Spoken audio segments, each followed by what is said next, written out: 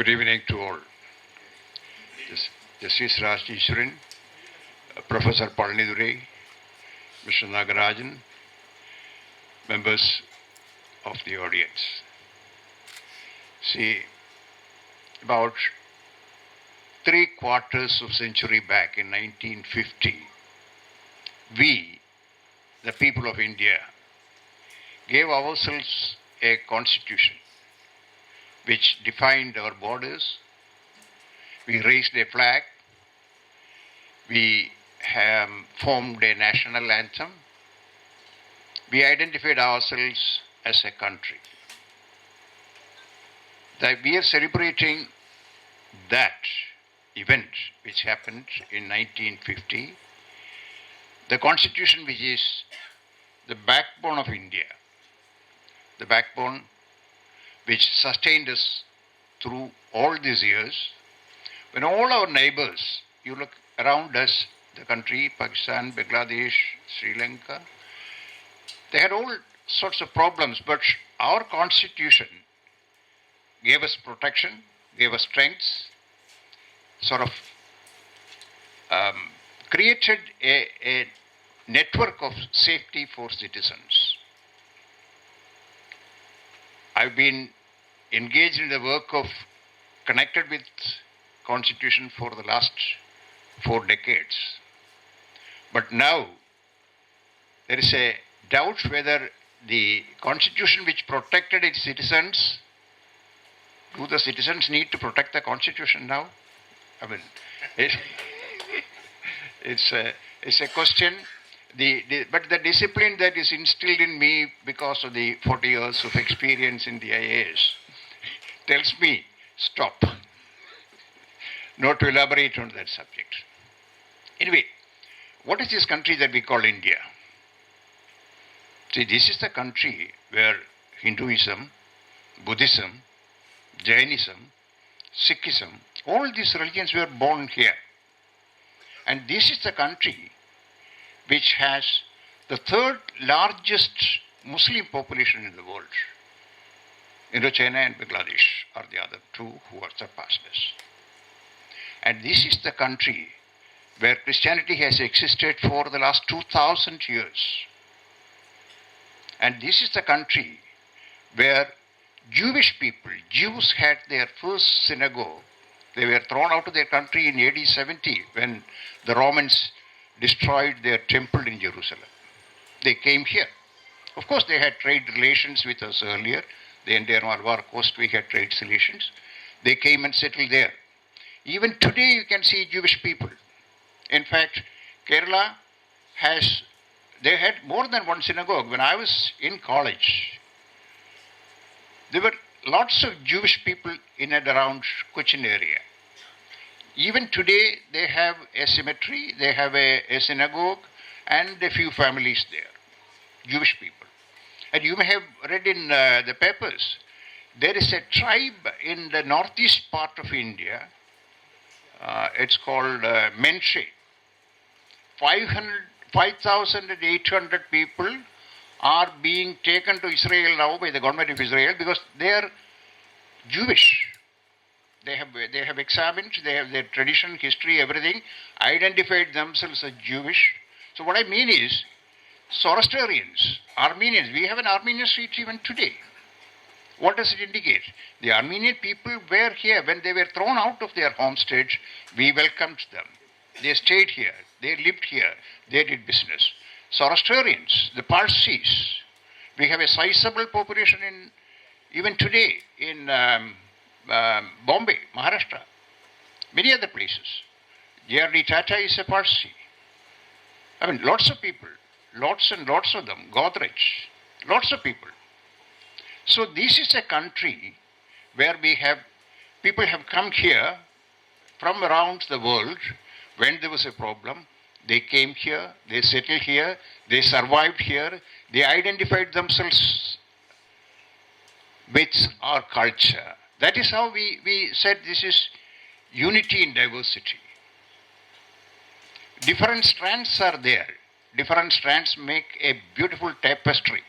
Different colors, different entities, they come together.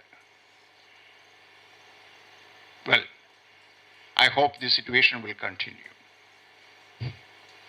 Now, you see, when we became independent, we had about 40 universities and about 100 colleges, maybe a little more than that. But today, I was just checking on the statistics, we have 1,338 universities and 52,637 colleges. Every year, we produce 95 lakh graduates, out of which 5 lakh are engineers, 1.18 lakh are doctors, MBBS doctors, 75,000 are postgraduates. We have a literacy of 72%, 79, almost 80%. And our longevity is 72 now. It was less than 40 when we became independent. So take any field, look at industrialization, look at whichever area, education, with which we are all familiar. So all these strides became independent, became possible because of the protection that we had because of the Constitution. Mr. Jerry, who welcomed us, said about the pillars of democracy. Of course, we have the three pillars is legislature, executive and judiciary, and of course, media, as she said, in order to include Professor Pandiduri, it's actually journalism.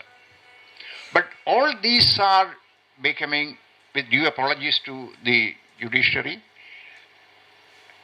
are becoming, I have an inherent doubt whether these pillars are becoming old and unsteady, whether we will be able to support the Constitution on these pillars alone. You see, if you look at the political spectrum, almost all the governments in the world can be brought under 5 categories. What are they? Monarchy, where ruled by one. Oligarchy, ruled by a group of people. Democracy, ruled by the people. And republic, which is ruled by law. And the last one, anarchy. These are the 5 types of governments. We identified ourselves as a democratic republic. It's equal. People have power, legislature and constitution. That is why from time to time, dependent on the circumstances, we amend the constitution. We have amended it about 75, 76 times now. If the situation demands, legislature has the powers. We the people, but at the same time, constitution is there. They are almost equal, but we the people are supreme. We the people are supreme.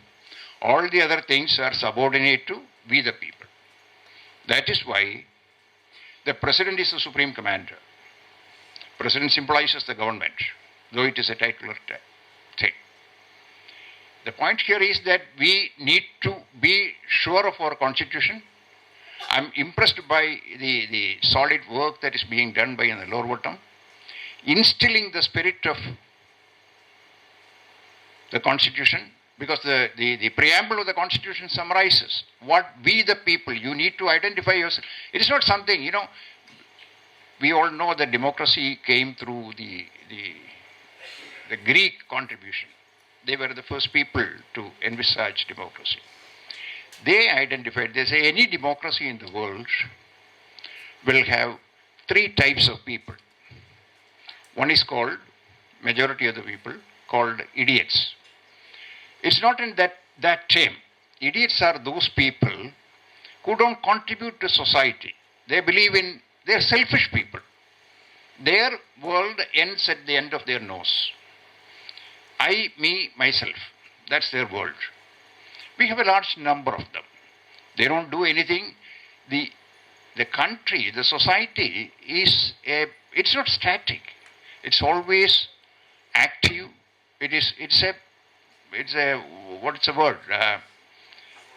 Sorry, dynamic, it's a dynamic word. It's a mobile thing. There is no possibility, no relevance for these people who stand alone without contributing anything. Then there are second type of people are called the tribal people. That is, the tribal mindset is my tribe. This tribe may be a society, a party.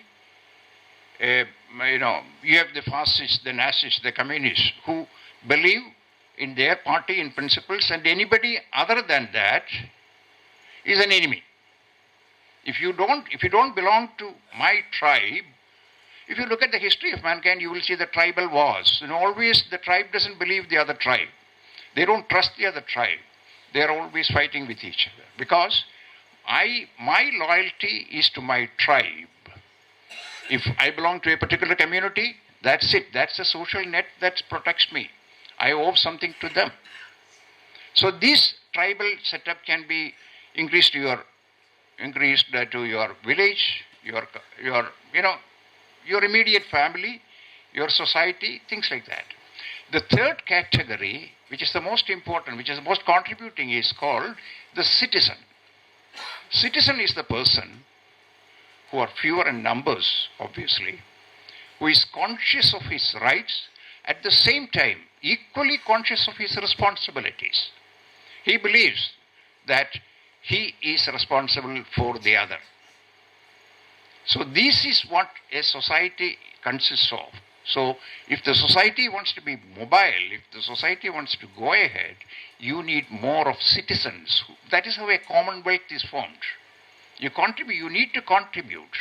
It's not only take. It's not only right. It's also responsibility. It's always giving. And in a society, in a democratic society, this is very important. I'm sure we will have more words of wisdom coming from the justice who has administered justice for a long time, and Professor Palnidure, who has been an expert, who is identified as an expert in this field. And I appreciate and place on record my appreciation to the good work that is being done in the Norvatam, instilling the sense of the preamble of the Constitution in young minds. That's a tremendously important work. You are the citizens. Congratulations. Thank you for this opportunity.